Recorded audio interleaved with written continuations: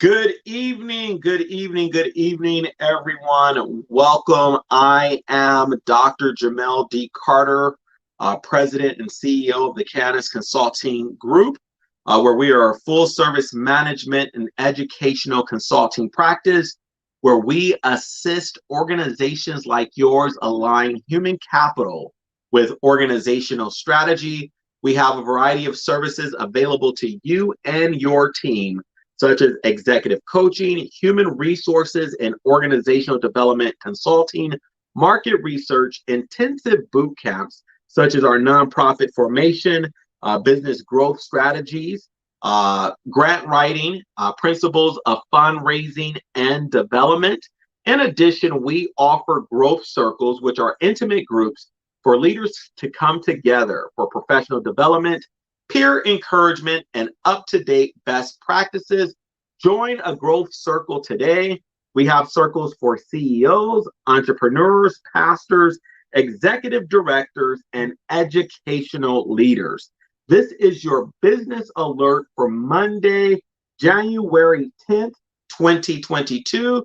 Your source for breaking news, information, trends, and commentary, all designed to assist you in thriving both in life and career. I invite you to like, follow, subscribe, comment, and share. In addition, you can follow me on Facebook, Instagram, Twitter, as well as Parler at Dr. JD Carter. That is DRJD Carter, CARTER. So this being our business alert, there were several stories that crossed the wire today that I wanted to bring to your attention in case you missed them.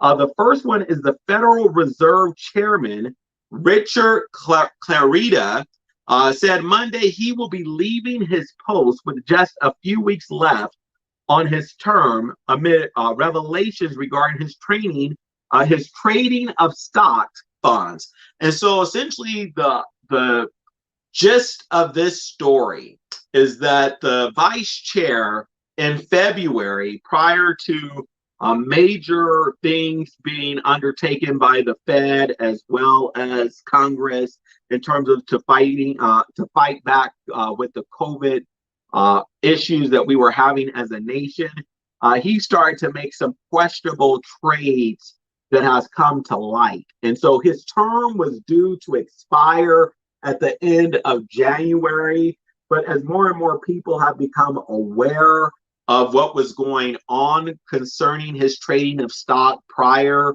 to this information becoming public on a larger scale, people have been asking questions. And as a result of this crisis, he has elected to manage this crisis by stepping out of his position a couple of weeks earlier.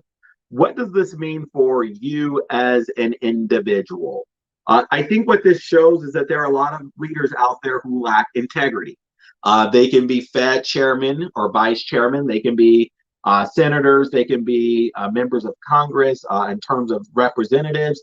They can be members of state senate. They can be members of state assemblies. They can be members of your local board of trustees for colleges. So there are a lot of people that have access to information. But we do see that there are many people that use this information to further their own self-interest and to protect their own self. So, I think we as individuals have to be aware that there are some individuals that lack an ethical compass. And when these things are exposed, I think this means what we need to understand is that when this stuff is exposed, we need our legislators, as well as those who have the ability to essentially regulate such practices, to go full out to make sure that these things are regulated so this behavior is not prevalent. I think if you punish such behavior, you will not see people engaging in such practices as what we saw coming from Vice Chairman Richard Clarida. Moving to the second business story. It's not really quite a business story, but I'm covering it because I do think there are major implications to the general public. Yale, Georgetown, and other top schools, it's been said through a lawsuit that was filed, illegally colluded to limit student financial aid, according to this recent lawsuit that was filed. According to the lawsuit, 16 major U.S. universities are being sued for alleged antitrust violations because of the way they work together to determine financial awards for students. This lawsuit was filed in Illinois federal court by 5 former students of these various institutions. And so they're alleging price fixing and unfairly limiting aid by using a shared methodology to calculate an applicant's financial need. Definitely, we do know that there is major problems with the cost of education in America.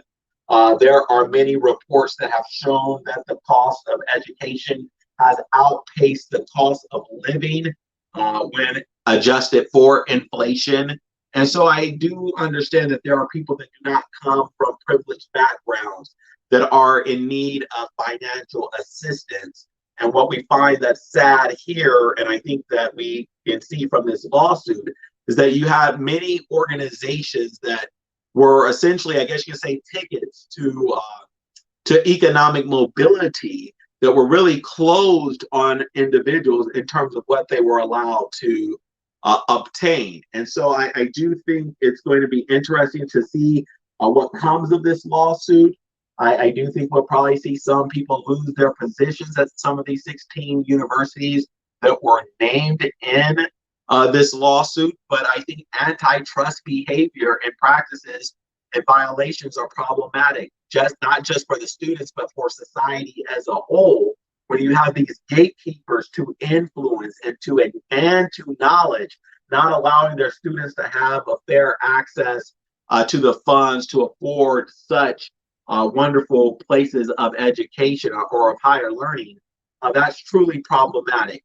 So one of the things I will say to parents and to students that are looking for their next college or university, do your due diligence. You don't have to go through every door that's open to you. You can truly look at the situation and see if it fits you and what you want to do.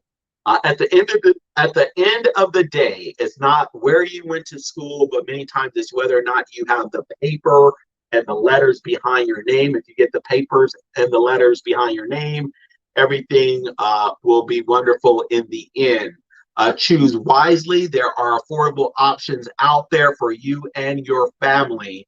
You don't have to spend exorbitant amount of money going into astronomical debt because you want a quote unquote brand name degree. As we can see here, some of these brand name degrees are really institutions that lack principle. And definitely, I will find it hard to suggest that my child should go to one of these universities because the people running these universities are lacking ethics, and that is problematic. As hotels and restaurants struggle with ongoing staffing shortages, some organizations are turning to non-human help. A new robot named Wall-E is making room service rounds at the Radisson Hotel in Sunnyvale. And what I think is important to note about this particular story is that you're seeing there is a staffing shortage. People are quitting their jobs. Everyone has heard about the Great Resignation.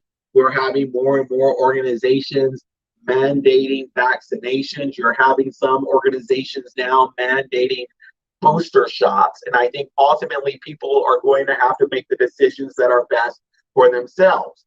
One of the things I've always said, wealth is created through ownership. If you are working for someone, you are an employee and you're just another number.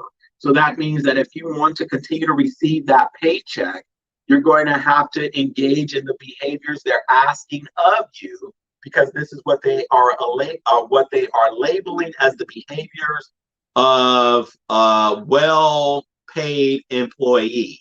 And for some, this can be problematic.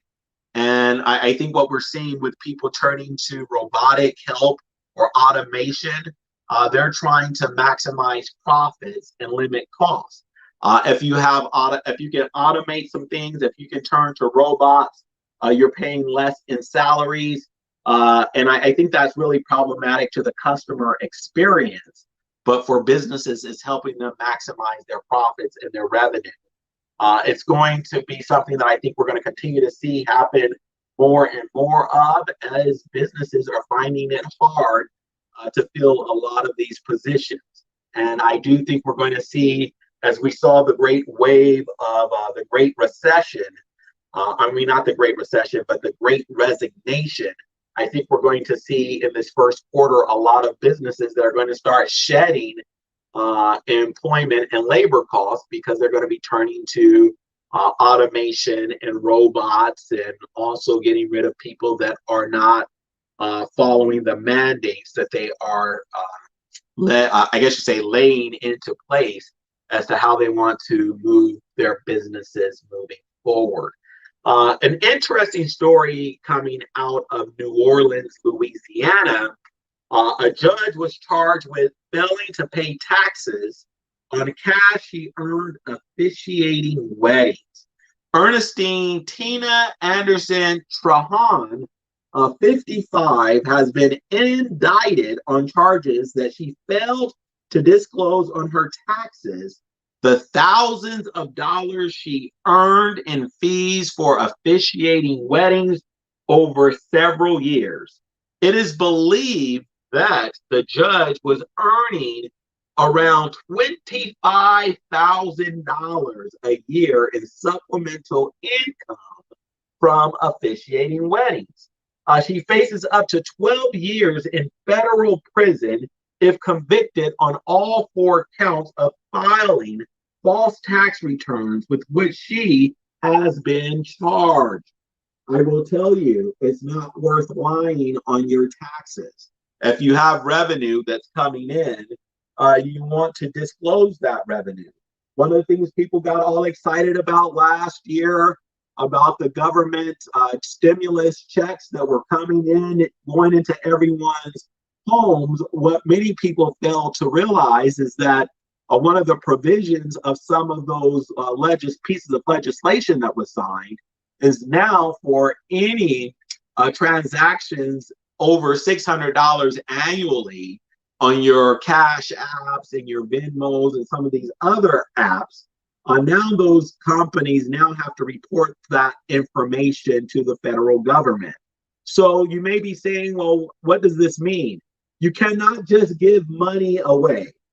When you're thinking, or when people think that money is for free, no, money is not for free. That information is going to have to be paid somehow. And so if you are generating over $600 via Cash App and Venmo, and you're not reporting that information, you can bet and believe that you will have the IRS coming knocking at your door to make sure you're properly reporting all income and revenue you are receiving on your taxes. So definitely this judge called it a failure in judgment. I think $25,000 for several years is beyond a failure in judgment. I think it's just downright fraud and unethical behavior by a person who's supposed to uphold ethical behavior, serving in the capacity of a judge. By way of encouragement, one of the things I already said it in this alert, you don't have to walk through every door that opens. Not every vendor delivers what they promise to you. And the same can be said for employers. And maybe if you're looking at possibly dating or marrying a significant other, make sure you do your due diligence, because not everyone delivers on what they promise. And so what that means is that you should spend time weighing your options. Don't rush into any particular situation. Make sure you're doing your due diligence and you are choosing what's right and what's best for you and your company. Never make decisions based on emotion or promises. Yes, someone can say they're going to promise you a promotion or a raise to get you to stay at your current employer, but don't bank on those promises. If you have an opportunity to go elsewhere, you have to do what's in the best interest of your family.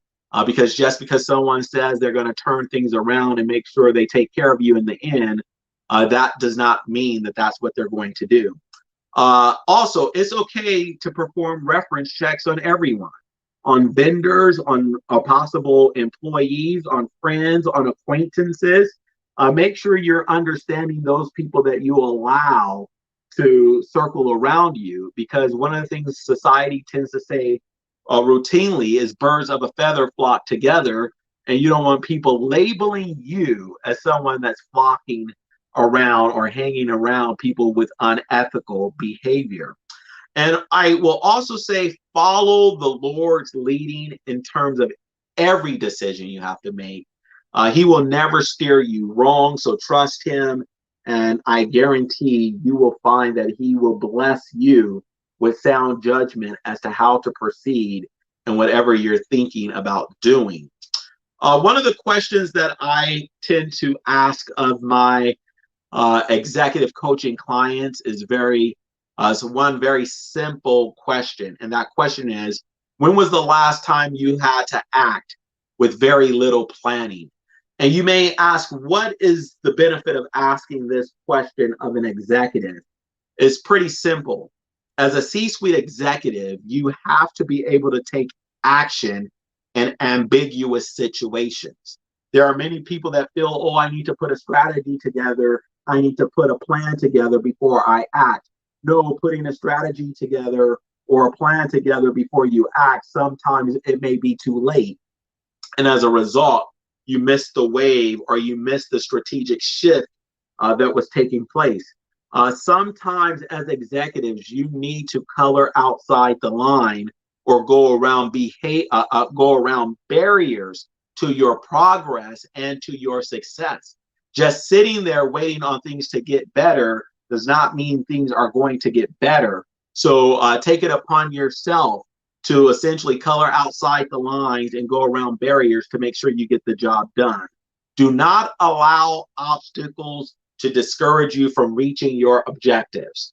Nothing goes about smoothly. There's going to be highs, there's going to be lows, but we must be persistent and trust that everything is going to work itself out.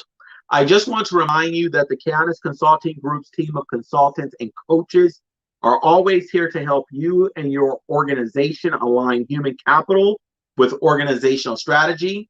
For a no-fee consultation, please contact our offices at 1-800-418-5350. Once again, our number is 1-800-418-5350. I hope you found today's alert to be informative, encouraging, and noteworthy. Once again, I invite you to like, follow, subscribe, comment, and share. Help us get the word out. I pray that the favor of God shines upon you and your organization this week. May clients come from the east, the north, the south, and the west. May you and your family continue to go from blessings to greater blessings. Until next time, be blessed.